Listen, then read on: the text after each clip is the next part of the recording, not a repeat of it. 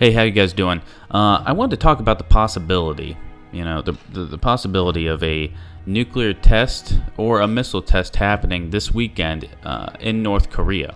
And that's because June 25th is an anniversary for North Korea where they celebrate the fight against imperialism by the United States of America. June 25th, 1950, North Korea did a surprise attack against South Korea. It was the first time they attacked South Korea crossing the 38th parallel, and so it's an anniversary for them. It's a holiday, and we know that North Korea normally celebrates holidays by acts of provocations like missile tests or nuclear tests.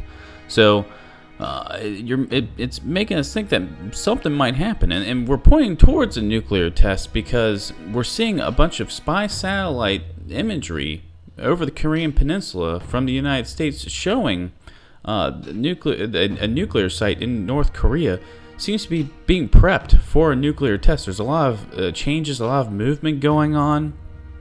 So we think something might happen over there. And if something does, we're getting to a boiling point with North Korea.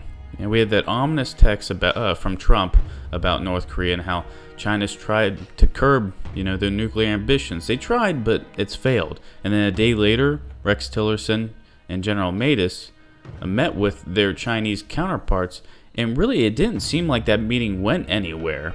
Afterwards they had a press conference, super short. It was only about 4 or 5 minutes long. When asked about Trump's comments in his tweet, they've kind of been dodging them, but everyone in the Trump administration has kind of been dodging that question. When asked about the military option, it's still on the table, but they want to handle things peacefully. But they said that China needs to immediately do something to stop North Korea immediately. So I think we're getting to the last straw here with North Korea as it pertains to the Trump administration. So we're gonna have to see where this goes. We're also hearing Russian foreign minister expert or foreign relations expert stated that literally the only option that the United States has left is to strike North Korea. We've exhausted all of our resources when it comes to sanctions. We don't really have any trade with North Korea. We've put sanctions to the United Nations, and countries seem to be following those sanctions, those resolutions. But really, there's not much more in the way of economic pressure that the United States can actually put onto North Korea.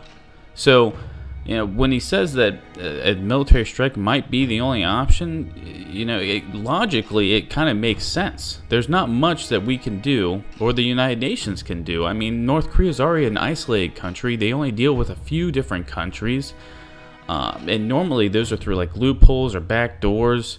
So really, we're getting to the tip of the spear here. We're getting to the boiling point when it comes to North Korea. So we're gonna have to see if something happens this weekend. The 25th is this Sunday. It'll be Saturday for you guys in the States, for us in the States, to see if something happens in North Korea. I think the chances of something happening are pretty high, whether it be the nuclear test or missile test, but we're gonna have to just wait and see. Ever since Otto Warmbier's death, the North Korea's been sort of like a top agenda for the mainstream media and their push for war. So we're gonna have to see how this plays out. As always, guys, make sure you guys check back as new developments to the situation occur. We'll discuss it, we'll talk about it, we'll tell you things the mainstream media just aren't covering. So as always, keep your eyes peeled and keep praying, guys.